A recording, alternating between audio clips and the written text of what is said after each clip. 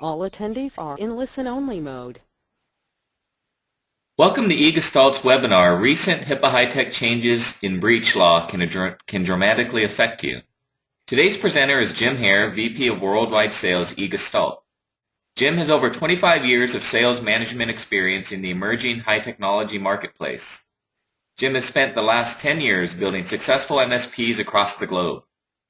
With many of his MSP partners reaching over 10 million in recurring revenue sales, Jim is an expert in helping channel partners expand into new, high-margin, recurring revenue lines of business. Jim is also a well-recognized thought leader in software as a service and cloud computing.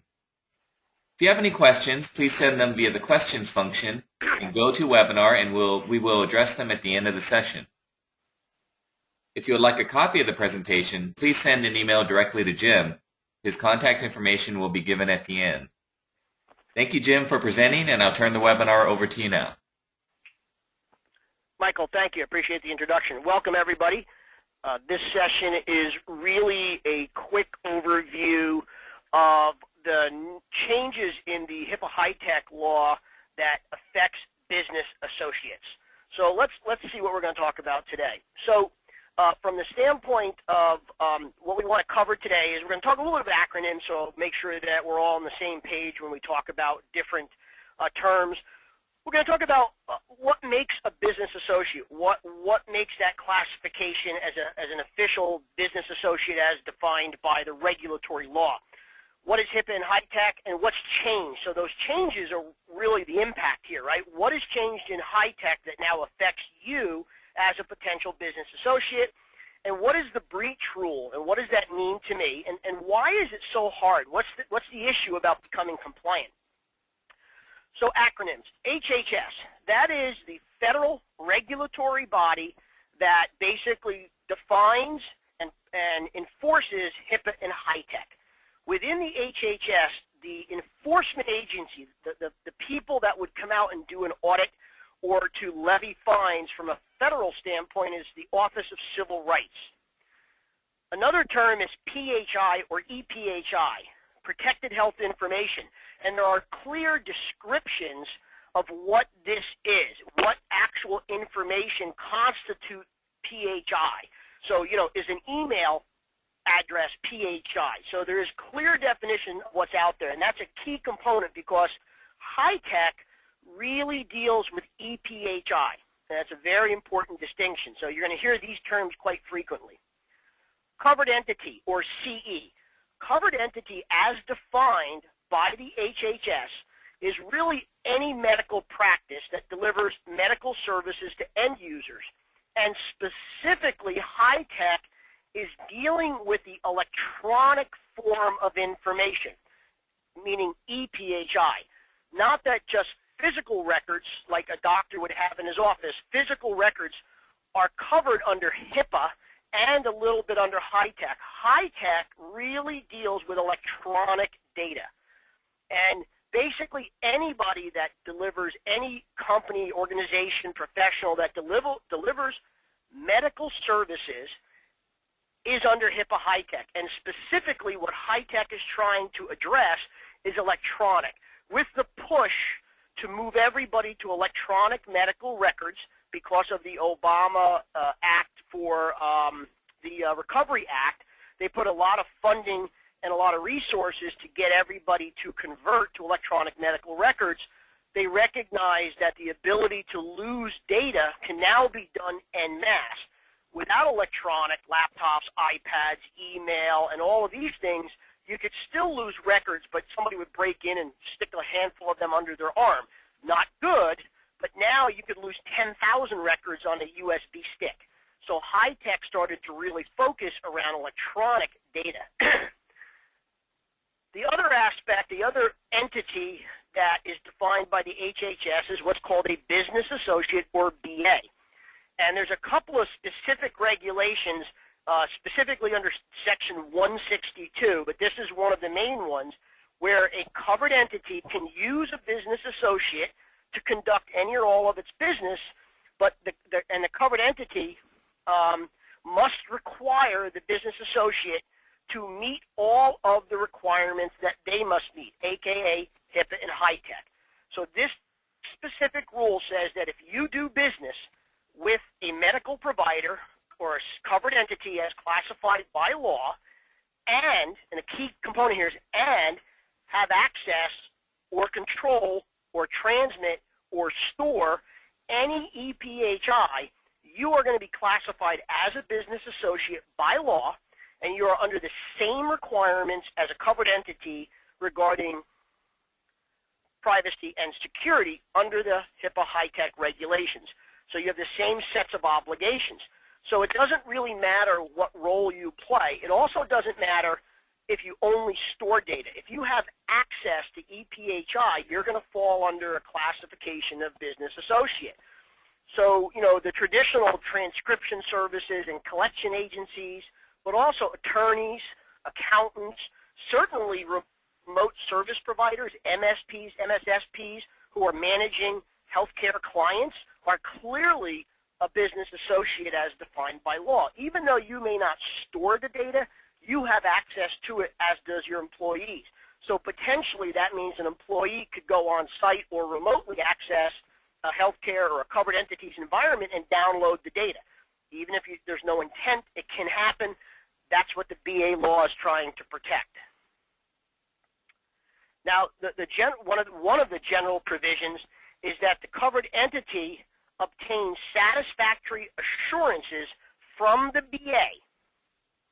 And what that means is that the business associate contract, which is mandatory, so you have to have a written business associate agreement in place with every covered entity, but it also, under this regulation, it basically says that the covered entity should get assurances in writing that you are in fact following the law. So what you're going to start to see are covered entities requesting more than just a signed business associate agreement. They're going to want proof or evidence that you are in fact compliant. So the idea here is to start to prepare for that and do it before you get the request. Be proactive about it, and you can use it as a competitive advantage. So what is HIPAA HITECH? So HIPAA was a regulatory set of practices that came out in 1996, and it really dealt with privacy, not so much with IT security, because there wasn't as much back then. Doctors were fairly manual. They didn't really have a lot of automation as they do today. So HIPAA came out, and a lot of medical practices really put a lot of time and effort into it, spent a couple years, and they feel that they're compliant. And that's kind of where they left it. In the last 5 years, 8 years, they haven't really done much. But what happened was the HITECH Act came out officially in February of 2009, but the HHS typically grants a 1-year grace period. So it really came into effect in February of 2010.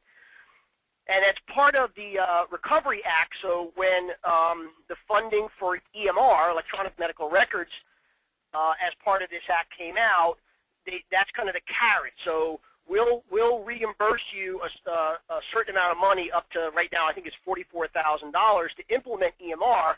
But then on the stick side, they basically said, if you don't do it, we're going to penalize you, and if you don't do it and follow HITECH, we're going to penalize you. So there's a carrot of federal reimbursement, but on the other side, there's a lot of work that they have to do, including being compliant with HITECH. And what we're finding is that most medical practices really don't know much about HITECH. They know HIPAA, but they don't know what HITECH is. So there's an educational process that has to happen, but it's happening with the American Medical Association, with the POs that are out there, which are physician organizations, the podiatrists, the chiropractors. They are starting to educate their constituents on what HITECH is and the risk. Now, one of the things that was really significant, and maybe not as apparent, was they also put in a breach rule within the HITECH Act. Now, the breach rule, again, was supposedly implemented in February of 2010, but really hasn't come into effect until just recently. So the breach rule is really the thing, especially as a business associate, you have to be aware of, because this is what's going to expose you. So let's talk a little bit about what's changed in HITECH first. So HITECH changed the penalties. You know, that used to be the maximum fine for a single instance was only $100 for a violation of HIPAA. So if you think about it, you know, one, the odds of getting caught are small. Even if you get caught, it's only $100. Why would you spend any time? Who cared, right? But now you look at it that a single violation can go up to $50,000, and with multiple violations, it could be huge. So now these are substantial numbers, and I don't think that what we've seen is the covered entities really don't understand this. Also, this applies to a business associate. So you as a business, a potential business associate, could be subject to these fines. So that obviously becomes a critical issue. Another area is that, and this ties into the breach law, is that if you're classified a violation and it moves into willful neglect and you don't cooperate with authorities to correct it, the fines could be substantial. There was a fine just happened about 4 months ago with a relatively small organization out of Maryland. The fine was $4.3 million, and it only involved 41 patient records. So it wasn't millions of records that have been lost by New York and a couple other hospitals recently. This was a very small incident, but because it was classified as willful neglect and they didn't cooperate with federal authorities, they got hit with a $4.3 million fine. So these fines and these penalties can apply to business associates as well. Another thing that they instituted in HITECH is they now enable the collection agencies, which is the Office of Civil Rights, and also the next slide we'll see is the Attorney General, is they allow these organizations to keep a large percentage of the fines that they levy and collect. So now you're seeing is the Attorney Generals, especially the states who are struggling for revenue, as well as the federal government, using this as a revenue source because they get to keep it. So now you've got a self-funded organization, unlike in the past where they had to get funding to do everything. Now they're self-funded, so you're going to see them become more and more aggressive. Another key component under HITECH is they removed the clause that was used as a legal defense under HIPAA, which basically said if you didn't know or you didn't have a reasonable cause of knowing, that would be okay. So if you didn't know you should have encryption, or you didn't know you should have a firewall, you didn't know you should have virus protection, and it caused a violation, it was a legitimate defense. They explicitly have taken that out, and they said it doesn't matter whether you know or don't know, a violation's a violation, and you're going to be held accountable. They've also put a significant number of criminal penalties, and this really gets to where breach is the issue. So criminal penalties are, you know, obviously willful misconduct, where you're selling information or stealing information. This isn't an accidental loss of data. This is an intentional loss of data. But a lot of that can be subject to interpretation. It may have truly been an accident, but in a court of law, you just never know. So the risks have gone up dramatically for business associates and covered entities. They are equally held liable in the case of a data breach. So the HITECH law clearly pushes the responsibility to both the covered entity and the business associates, and also their subcontractors. So that means if you have a subcontractor, maybe you're an IT service provider and you're using a hosting company, that hosting company must be HIPAA HITECH compliant if they have access or storing or transporting any EPHI. So it's the obligation falls on the business associate to make sure their subcontractors are in fact compliant. So this now becomes a fairly complicated world. Now, a lot of people say, oh, you know, what are my chances of being audited, right? I mean, you know, what's the chance of the Attorney General or the Office of Civil Rights doing an audit? The chances are extremely small. You know, there's 600,000 small covered entities and millions of business associates that are out there. So realistically, the chances of being audited are very small. However, where this comes into play is really when there's a loss of data. And that's where this breach rule comes into effect. So the breach rule applies to covered entities and business associates.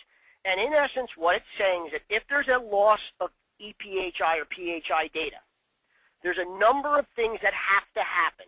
Number one is when the breach is discovered, regardless of who discovers it, when it's discovered, you must notify every affected individual in writing within 60 days. And that's number one. If you don't do that, that will cross you over into willful neglect. If you know about it and intentionally ignore it, that can push you into willful neglect and not remediating it. That could easily push you into the much larger fines and most likely push you into the criminal violation versus civil violation. So one, they really put some very aggressive rules about notification. So let's assume for the sake of argument that when there's a loss of data, you're going to notify, right? Because you really don't want to take the risk. You certainly could say, well, we're not going to tell anybody, but then you run the risk of, being thrown in jail. So first of all, you have to notify everybody affected. If you don't know who was affected, you sort of have to notify everybody in your install base. So think about how complex it would be for anybody to do that. So every single one of your customers, you would have to send in writing a notification, and that could go back 10 years, 20 years. The other thing is if it goes over 500 records, you also must do a media release. And that's not just a simple press release to the suburban news in your local hometown newspaper. The regulation is pretty aggressive. They want to make sure that that notification goes far and wide. So you may have to do multiple press releases. You may have to put it up if you have a website or a blog. There's a lot of ways now that you have to transmit. So basically, this is going to become very public knowledge, very public knowledge. Plus, the HHS lists every breach over 500 records on their website, kind of a wall of shame. So, if you go up on hhs.org, there's a list of every breach and who did it and what it was. You have to notify the HHS within 60 days as well. If it's less than 500, you still have to notify the HHS, but you can do it on an annual basis. And last but not least, the burden of proof is on the covered entity and the business associate. So you have to prove that you did all of these things. So again, if you think about having to notify hundreds or thousands of potential customers and then document the procedures and process, it's a very painful process. So an interesting thing, though, is that the BA is not required to notify the individuals at first. Just so you know, this is at first. You must notify the covered entity. So even if you lost a laptop or you had a breach, employee theft, you have to tell the CE, and the CE has the obligation. However, if the covered entity does not do the notification, the burden falls back onto the business associate and is held liable. So one of the key things is that the covered entity is really the tip of the spear here. They bear the brunt of it. So you're going to see covered entities being much more aggressive about verifying that their business associates are in fact HIPAA HITECH compliant because of these risks. So this breach law is very aggressive. There's also a clause in there which is in essence a whistleblower act. It says that if you know, as a business associate, if you know that a covered entity has had a breach, you have 60 days to make sure that the right thing is done. In other words, you typically will have to notify the covered entity that you are aware of the breach, and then you have to make sure that he does the right thing. If not, the business associate can be held equally liable under the law, meaning that even if you had nothing to do with the breach, a covered entity comes to you and says, I lost the laptop, I think I left it in the airport, and you know that there's PHI data on there, you are now tied in. Even though you had nothing to do with it, you are now tied in legally, and the covered entity has 60 days, or you have to be involved, or you're held to the same standard as if you had the breach and didn't do the notification.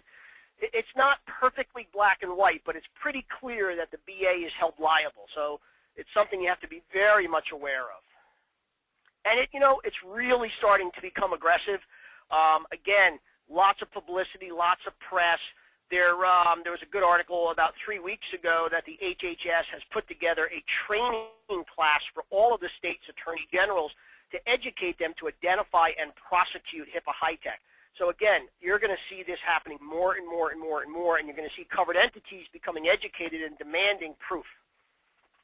Another thing, again, it won't happen to me. It doesn't happen to me. But if you look at the top 3 reasons why or how data gets lost, these are statistics right from the HHS, the 3 biggest reasons: employee theft. This can happen to anybody. Any organization can have a disgruntled employee. You don't have to fire them. They could be disgruntled and still working there.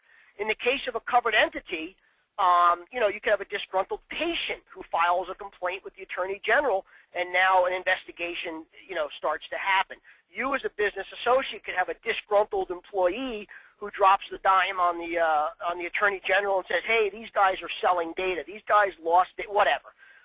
So you run the risk of exposure. So you're not worried about an audit. You're really worried about a breach or a threatened breach, right? The other thing is laptop being lost or stolen, iPad, BlackBerry, USB stick, backup DVDs or CDs. There was just a New York hospital lost 1.2 million records that were backup tapes that were in a van. Somebody broke into the van.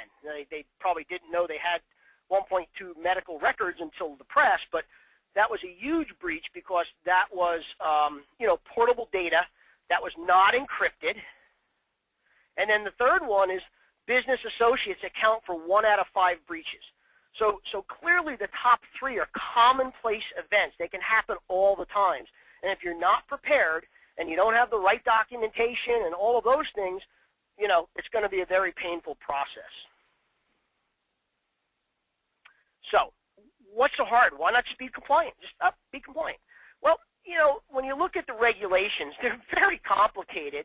There's a lot of them, and they don't all apply. So somehow you'd have to go through this and figure this out on your own. You can go up on hhs.com or .org, and you can see the regulations. There's hundreds and hundreds and hundreds of pages of regulations.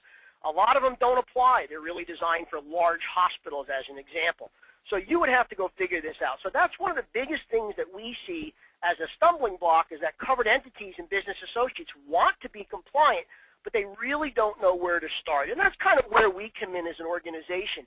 We've created a very simple self-assessment, and you basically start with question 1. If you don't know the answer, you're not sure, skip, go to 2. And the idea is just to go through a fairly short process. It's about 150, 160 questions, depending on whether you're a business associate or a covered entity. And it basically will help you align exactly where you are in your compliance area. And then what the product also does is that you have a document repository. So the requirement says you have to have a lot of written procedures, policies, and forms. So what happens is the question may say, do you have a training procedure? And if you do, you're going to have to attach the evidence. So we also give the ability to store all of that evidence in a single location, all web-based, with a full audit trail, which is a requirement. So we've really simplified the starting process of becoming compliant. So you don't need, sophisticated analysts and auditors and consultants. You can start with a very simple assessment, answer question 1, and keep on going and go through it. It takes a couple hours to do, and then you'll have a really good sense of where you are. The other thing is, it sounds really complex. When you start to look at the regulations, some of them are just, you can't make heads or tails. You have to hire an attorney, and they give you their interpretation. So one of the things that we did is we've simplified the law. We took a couple of different frameworks. There's some industry standard frameworks out there, like PCI for the credit card industry, ISO, which is an international standard, and NIST, N-I-S-T, which is a federal standard around a variety of things like privacy and security. And we basically modeled the responses or the questions after that. So we took the HIPAA HITECH regulation and we translated it into a more common set of standards. And then we had this thing vetted by a number of HIPAA HITECH experts. And then what we did is, so we've made the questions very simple, number 1. They're all yes or no. And then we put help text in. So if you don't understand the question, you can simply click on the Help Text button and it will give you a much further detailed explanation. And then if that's not sufficient, we've created a best practices library, which gives you very much a lot of detail around each individual regulation. And we have that in text form, in the form of a document. We also have that in the form of a training video. So if you're not sure what Regulation 162.27 means, you can see a video or help text or a best practices document that explains what the regulation is, what the intent is, and how to fix it. So in essence, we provided the answers to the test right then and there. Another area is that, again, the regulation asks for a lot of policies or procedures, and many covered entities and most business associates really haven't spent the time to create all of this documentation, and that is required by law. So what we've done is we've created a library that's part of the product. It's embedded, it's included in the product, that basically has every policy, procedure, and form that is required to be compliant. These are samples or templates. You need to take them in, you need to adapt them to your business, and then you can attach them as evidence. So everything that you need is built right into the solution. You don't have to go outside, you don't have to search Google, you don't have to download and modify. It's all built into the product. And again, best practices extends the help into much more detail, sets of videos. Everything that you need to know about being HIPAA HITECH compliant is built right into the solution. Another area we find is people have started this process on their own. This basically provides sort of a methodical way to do this, and then you get immediate feedback through a couple of simple graphs that basically say, where do I stand relative to the number of questions that are out there that I've either answered yes, no, or left blank, and then it analyzes the ones that I didn't answer for different risk levels. So even though I may not have answered 5 or 6 or 10 questions, they may be very low risk. And the regulation doesn't necessarily say you have to be perfect. It really wants you to be having a forward effort, if you would. So as long as you're showing progress, if there was a problem, you would be able to demonstrate that you've been following best practices and making a reasonable best effort, which is how the law kind of describes this for small businesses, by the way. So it's a key component to be able to always kind of show where you came from to where you're going. We also give you a simple set of reports that basically list all of the non-compliant issues in bright red, so it's color-coded. We tell you what the regulation is. We tell you how to solve the regulation or how to fix the non-compliant issue, and then we basically assign a risk value for every one, and then we sort the report by risk. So after you go through the assessment, you'll get a report that basically says, here's everything that you haven't fixed in risk priority order. So you know where to start. Start with the first one, and that's going to be your highest risk, and continue down the list. And again, does it have to be done immediately? No. You can do it over time. But as long as you've got that history, and as long as you're showing progress, you're going to be okay. And then at the end, you basically get a final set of documents called a HIPAA Report on Compliance, or an HROC.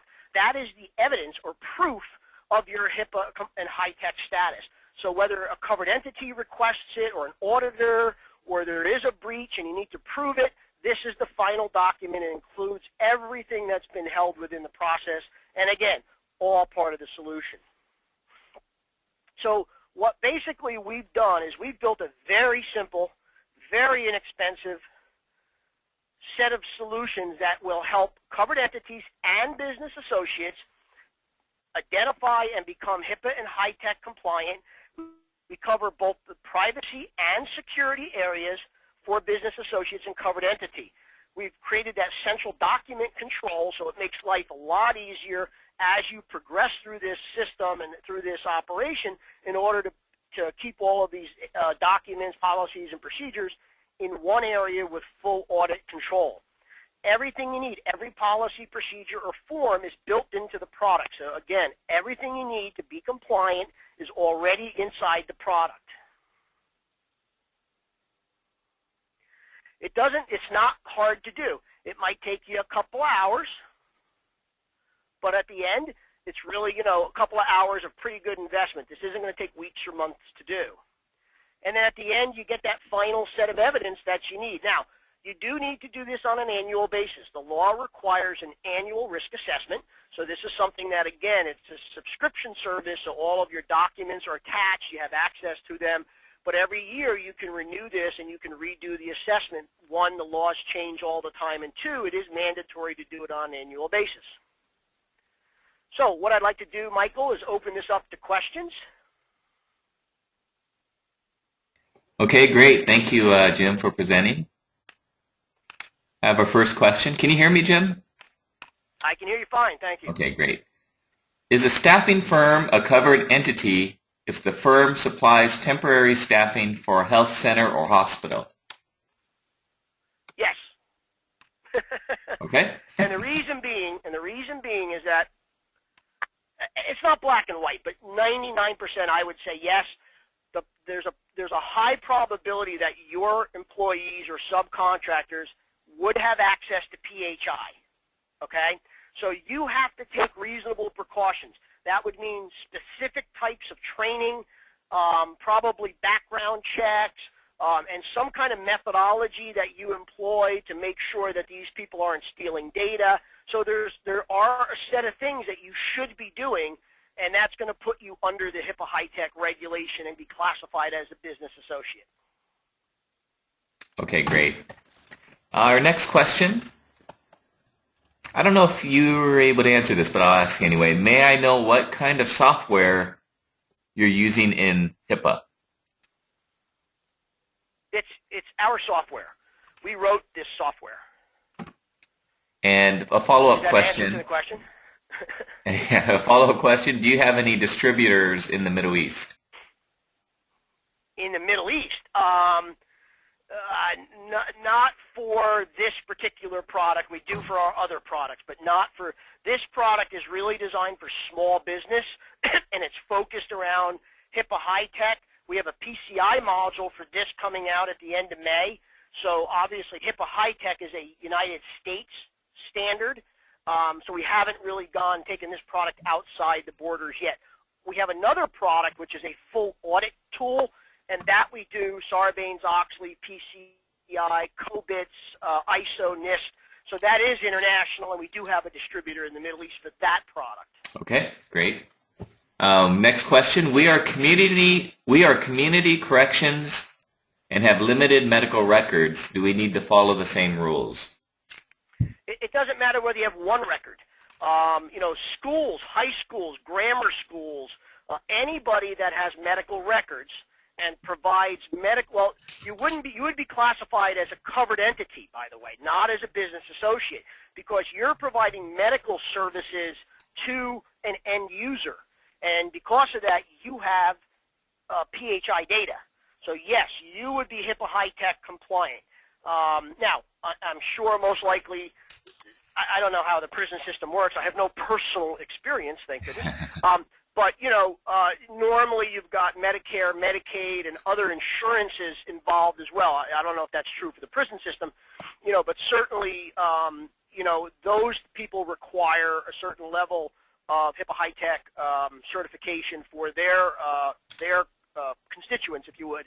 But if you practice medicine in any way, shape, or form, you're considered a covered entity, not a BA. So if the correctional facility is providing medical services, that medical facility would be considered a covered entity under the law and would have to be HIPAA HITECH compliant. Okay, great. Next question.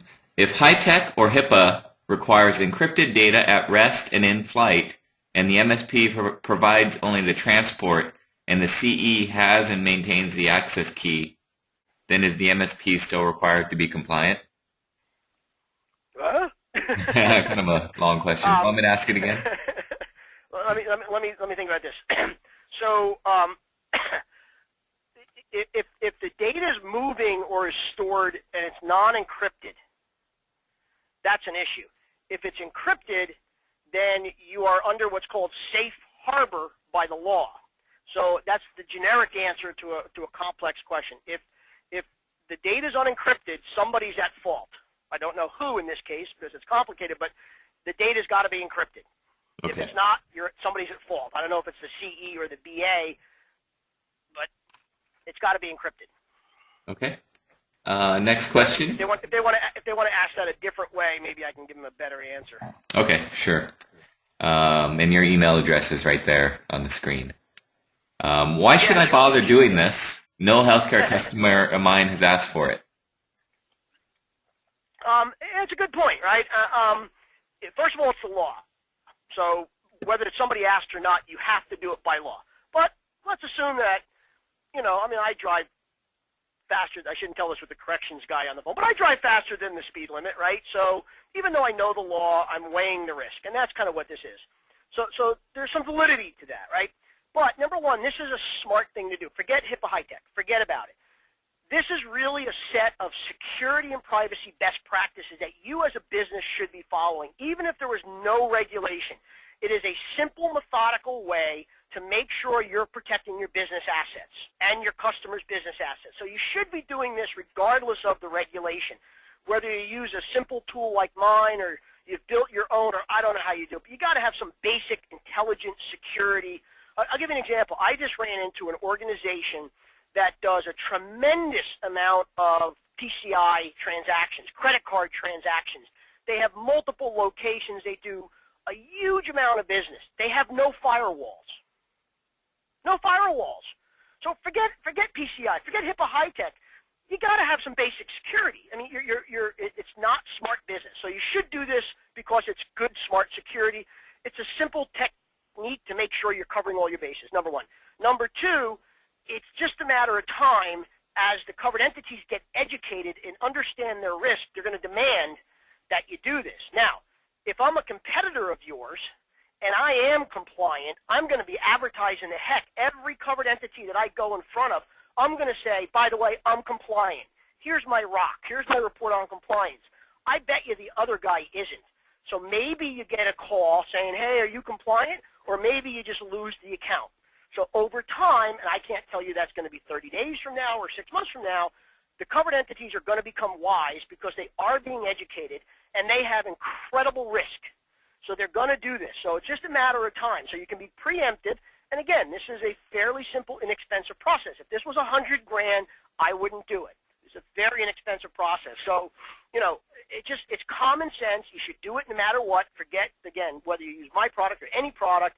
You should have a methodical way to validate that you're protecting your business assets and your business data. Common sense, unified threat manager, firewall, basic encryption, virus protection, and then, a whole host of other little tiny things.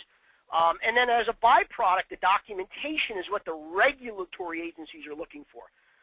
So, I can't tell you have to do it.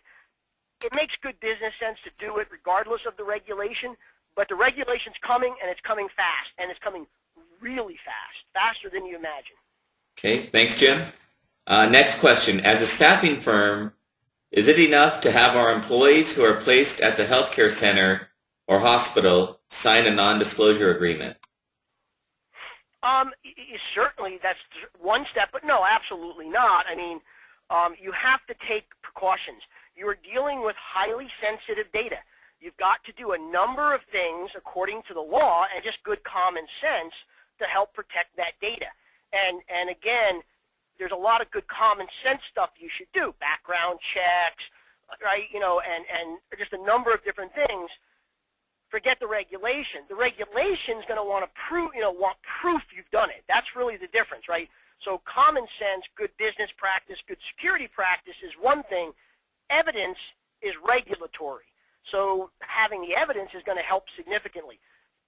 Anybody can happen, right? Anybody can steal data. An employee, for whatever reason, they lost 100 grand at the track, they decide to steal data.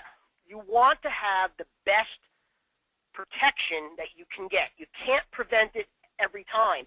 But if you can demonstrate you took reasonable precautions and you followed a set of best practices, especially if those were outlined by the federal government, then you're going to have a much better chance in a court of law. Now, anybody can sue anybody. You can win or lose. But the more proof that you have that you were smart about this and you did everything and you took reasonable precautions, you're going to fare better. And if you think about the defense, you're sitting in a court of law and you're being sued by a hospital because one of your contractors stole data, and they say, what precautions did you take? And you go, You signed a non-disclosure. What else did you do? Oh, nothing. You're dead. You're dead. If you say, oh, here's what we did this, we did this, we did this, we did this, we followed this process, here are the documentations, here's our training procedure, you know, not that you might not lose, but it's going to be a very different case. So, again, this is a common sense, reasonable approach. Okay, great. Thank you, Jim. We have no more questions, Jim. I wanted to thank you for presenting today, and thank you to our attendees for joining. Jim's contact information is right there on the slide, his phone number and his email address. And thanks again, Jim, for presenting. Mike, I appreciate you coordinating this, and thanks everybody for attending.